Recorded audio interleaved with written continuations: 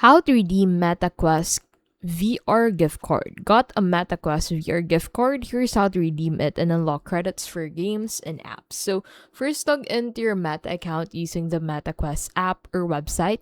Make sure it's the same account linked to your headset. So, in the app, go ahead and head over into the menu, settings, and then payment methods. Now, since I'm using the browser version, I'll need to click on my profile at the top right, and then in here you should find redeem codes and gift cards. So click on this and then enter the code into this section. So enter the 25-digit gift card code exactly as shown, then tap redeem.